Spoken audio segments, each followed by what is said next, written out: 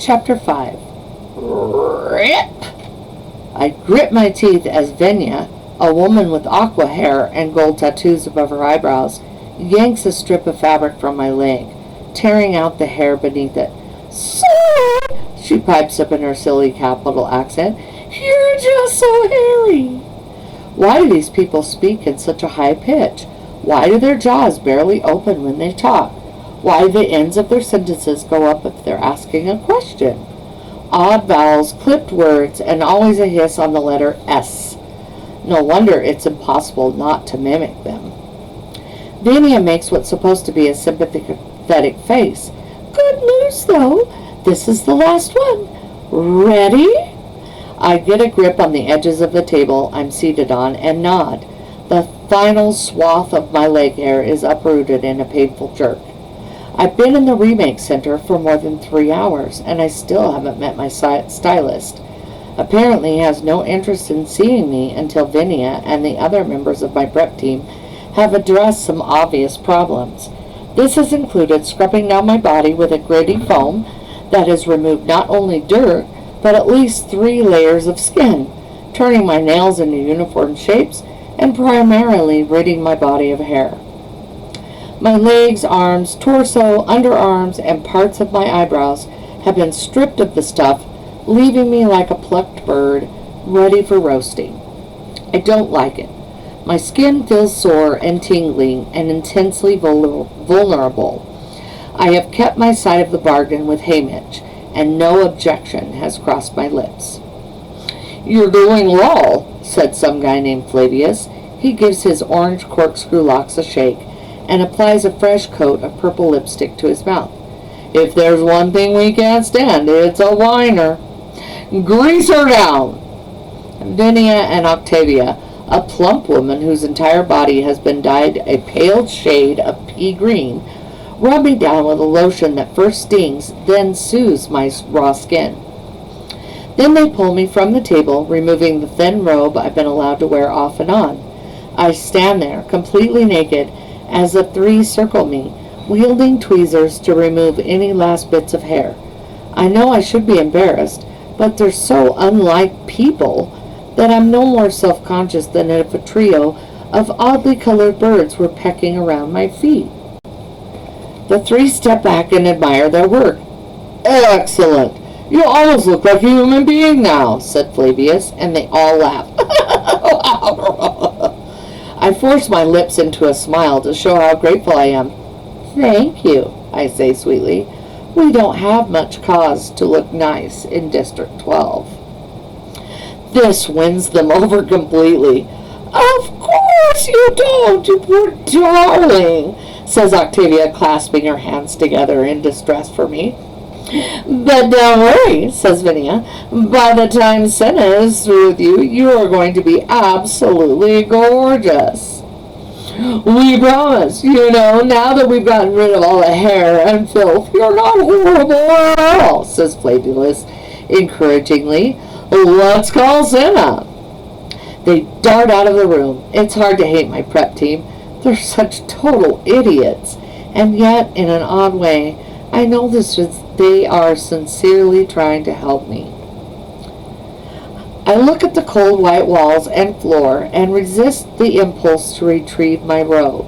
But this Cinna, my stylist, will surely make me remove it at once.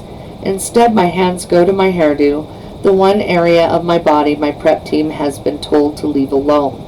My fingers stroke the silky braids my mother so carefully arranged. My mother. I left her blue dress and shoes on the floor of my train car, never thinking about retrieving them, of trying to hold on to a piece of her, of home. Now I wish I had.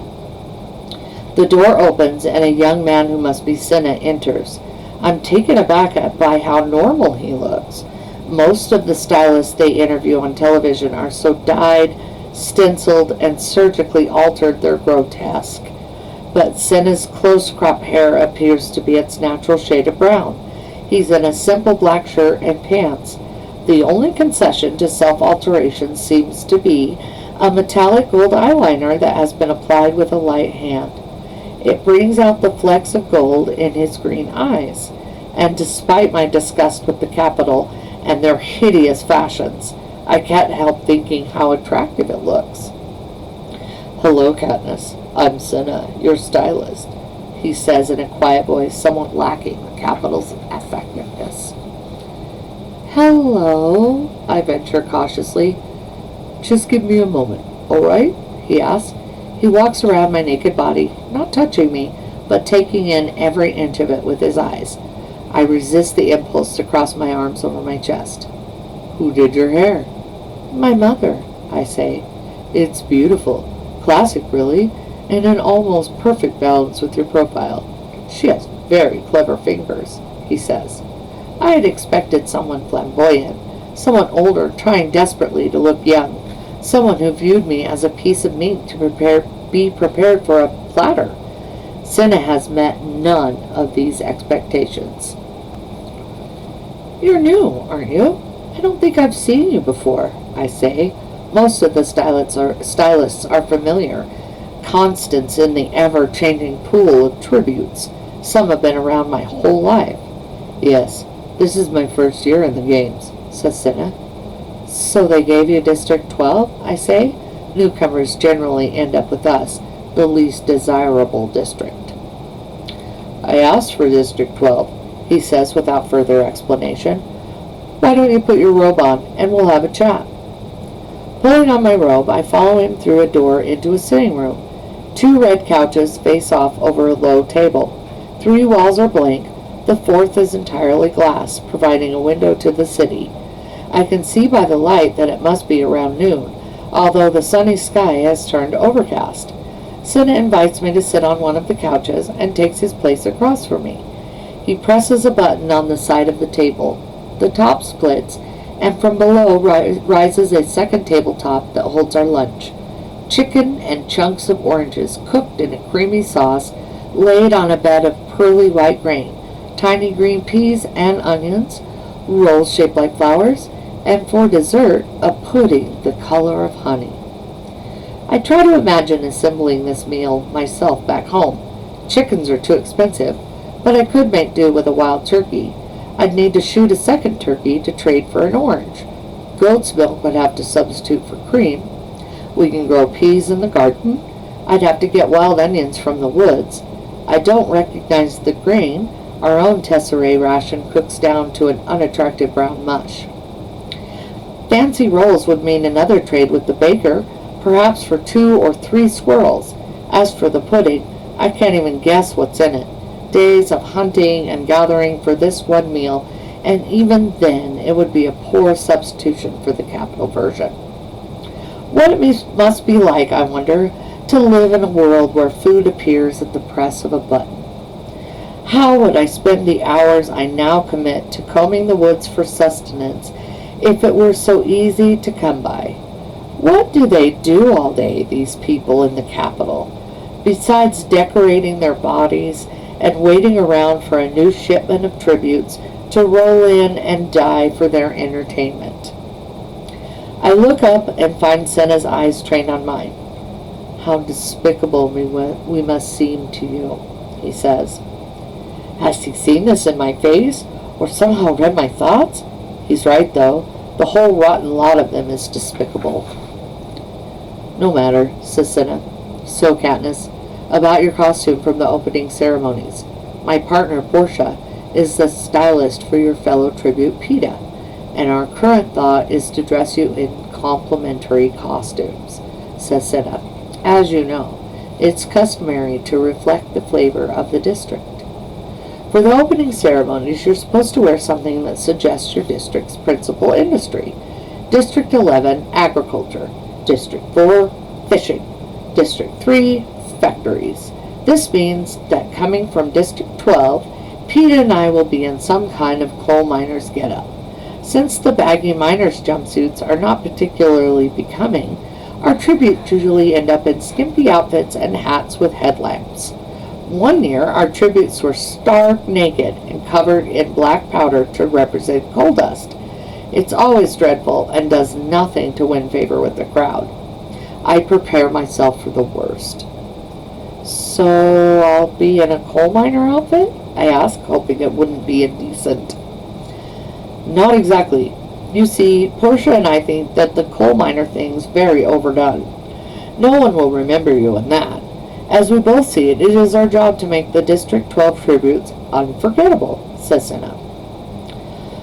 I'll be naked for sure, I think. So rather than focus on the coal mining itself, we're going to focus on the coal, said Cinna. Naked and covered in black dust, I think. And what do we do with coal? We burn it, says Cinna. You're not afraid of fire, are you, Katniss? He sees my expression and grins. A few hours later, I am dressed in what will either be the most sensational or the deadliest costume in the opening ceremonies. I'm in a simple black unitard that covers me from ankle to neck. Shiny leather boots lace up to my knees. But it's the fluttering cape made of streams of orange, yellow, and red, and the matching headpiece that define this costume. Cinna plans to light them on fire just before our chariot rolls into the streets. It's not real flame, of course, just a little synthetic fire Portia and I came up with. You'll be perfectly safe, he says. But I'm not convinced I won't be perfectly barbecued by the time we reach the city's center. My face is relatively clear of makeup, just a bit of highlighting here and there. My hair has been brushed out, then braided down my back in my usual style. I want the audience to recognize you when you're in the arena, says Cinna dreamily. Katniss, the girl who was on fire. It crosses my mind that Cinna's calm and normal demeanor masks a complete madman. Despite this morning's revelation about Peeta's character, I'm actually relieved when he shows up, dressed in an identical costume. He should know about fire, being a baker's son and all. His stylist Portia and her team accompany him, and everyone is absolutely giddy with excitement over what a splash will make, except Cinna. He just seems a bit weary as he accepts congratulations. We are whisked down to the bottom level of the Remake Center, which is essentially a gigantic stable. The opening ceremonies are about to start. Pairs of tributes are being loaded into chariots pulled by teams of 4 horses. Ours are coal black. The animals are so well trained, no one even needs to guide their reins. Cinna and Portia direct us into the chariot and carefully arrange our body positions, then the drape of our capes before moving off to consult with each other. What do you think?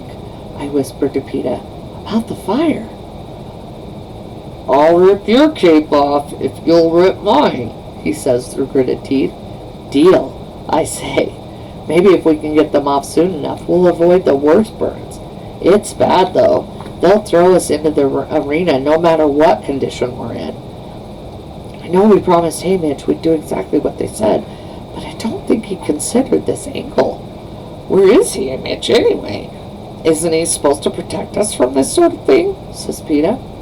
With all that alcohol in him, it's probably not advisable to have him around an open flame, I say. And suddenly we're both laughing. I guess we're both so nervous about the games, and more pressingly, petrified of being turned into human torches, we're not acting sensibly. The opening music begins. It's easy to hear, blasted around the Capitol. Massive doors slide open, revealing the crowd-lined streets. The ride lasts about 20 minutes and ends up at the city circle, where they will welcome us, play the anthem, and escort us into the training center, which will be our home/prison until the games begin. The tributes from District 1 ride out in a chariot pulled by snow-white horses. They look so beautiful, spray-painted silver, in tasteful tunics glittering with jewels. District 1 makes luxury items for the Capitol. You can hear the roar of the crowd. They are always favorites. District 2 gets into position to follow them. In no time at all, we are approaching the door, and I can see that between the overcast sky and the evening hour, the light is turning gray. The tributes from District 11 are just rolling out when Cinna appears with a lighted torch. Here we go, then, he says, and before we can react, he sets our capes on fire. I gasp, waiting for the heat. but there's only a faint tickling sensation. Cinna climbs up before us and ignites our headdresses. He lets out a sigh of relief. It works. Then he gently tucks a hand under my chin. Remember, heads high, smiles, they're going to love you. Cinna jumps off the chariot and has one last idea. He shouts something up at us, but the music drowns him out. He shouts again and gestures. What's he saying? I ask Peeta. For the first time I look at him and realize that ablaze with the fake flames, he is dazzling, and I must be too. I think he said for us to hold hands, says Peeta. He grabs my right hand in his left, and we look to Cinna for confirmation. He nods and gives us a thumbs up, and that's the last thing before we enter the city. The crowd's initial alarm at our appearance quickly changes to cheers and shouts of District 12! Every head is turned our way, pulling the focus from the 3 chariots ahead of us. At first, I'm frozen, but then I catch sight of us on a large television screen, and I'm floored by how breathtaking we look. In the deepening twilight, the firelight illuminates our faces. We seem to be leaving a trail of fire off the flowing capes. Cinna was right about the minimal makeup. We both look more attractive, but utterly recognizable. Remember, heads high, smiles, they're going to love you. I could hear Cinna's voice in my head. I lift my chin a bit higher, put on my most winning smile, and wave with my free hand. I'm glad now I have Peeta to clutch for balance. He is so steady, solid as a rock.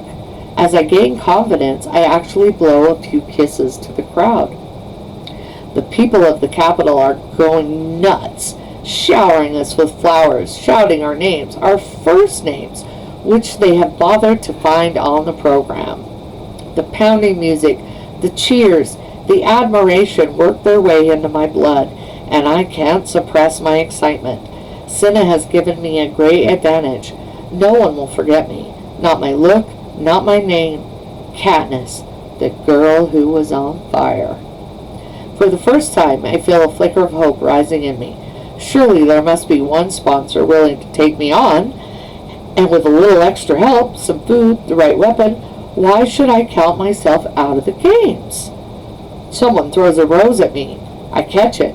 I give it a delicate sniff and blow a kiss back in the general direction of the giver. 100 hands reach up to catch my kiss, as if it were a real and tangible thing. Katniss! Katniss! I can hear my name being called from all sides. Everyone wants my kisses. It's not until we enter the city circle that I realize I must have completely stopped the circulation of Peeta's hand. That's how tightly I've been holding it. I look down at our linked fingers as I loosen my grasp, but he regains his grip on me. No, don't let go of me, he says, the firelight flickering off his blue eyes. Please, I might fall out of this thing. Okay, I say, so I keep holding on, but I can't help feeling strange about the way Cinna has linked us together. It's not really fair to present us as a team and then lock us into the arena to kill each other. The 12 chariots fill the loop of the city circle. On the buildings that surround the circle, every window is packed with the most prestigious citizens of the capital. Our horses pull our chariot right up to President Snow's mansion, and we come to a halt. The music ends with a flourish. The president, a small, thin man with papery white hair, gives the official welcome from a balcony above us. It is traditional to cut away to the faces of the tributes during the speech, but I can see that the screen that we are getting... Wow. The president, a small thin man with paper white hair, gives the official welcome from a balcony above us. It is traditional to cut away to the faces of the tributes during the speech, but I can see on the screen that we are getting way more than our share of airtime. The darker it becomes, the more difficult it is to take your eyes off our flickering. When the national anthem plays, they do make an effort to do a quick cut around to each pair of the tributes, but the camera holds on the District 12 chariot as it parades around the circle one final time and disappears into the training center. The doors have only just shut behind us when we're engulfed by the prep teams, who are nearly unintelligible as they babble out praise. As I glance around, I notice a lot of other tributes are shooting us dirty looks, which confirms what I've suspected. We've literally outshone them all. Then Cinna and Portia are there, helping us down from the chariot, carefully removing our flaming capes and headdresses. Portia extinguishes them with some kind of spray from a canister. I realize I'm still glued to Peta and force my stiff fingers to open. We both massage our hands. "Thanks for keeping a hold of me. I was getting a little shaky there," says Peta. "It didn't show," I tell him. "I'm sure no one noticed." "I'm sure they didn't notice anything but you. You should wear flames more often," he says. "They suit you." And then he gives me a smile that seems so genuinely sweet, with just the right touch of shyness, that unexpected warmth rushes through me. A warning bell goes off in my head. "Don't be so stupid. Peta is planning how to kill you," I remind myself. "He is luring you in to make you easy prey. The more likable he is, the more deadly he is." But because two can play at this game, I stand on tiptoe and kiss his cheek, right on his bruise. And stay tuned for the next chapter, Chapter 6. Thanks for watching. Like and subscribe.